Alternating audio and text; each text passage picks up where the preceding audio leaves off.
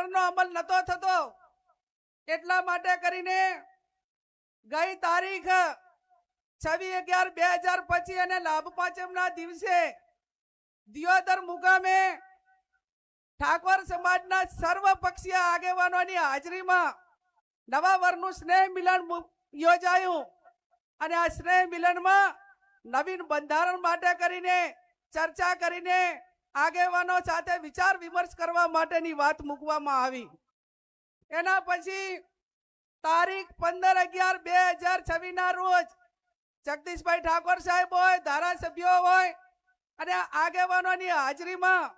આખા 3 જિલ્લાને કોમન આપણે કયું બંધારણ રહી શકે તેના માટેની એક મુદ્દાની ચર્ચા કરી અને તારીખ 15/11/2025 ના રોજ આ તમામ મુદ્દાઓ નક્કી કરવામાં આવ્યા।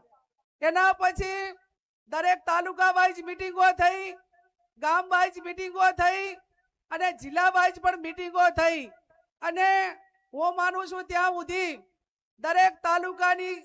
તાલુકા સમિતિઓ બની, ગામની સમિતિઓ બની અને હું માનું છું ત્યાં સુધી 1.5 કે 2 લાખ લોકોની લેખિત સંમતિથી આ બંધારણ આજે તમારી સમક્ષ હું મૂકી રહી છું।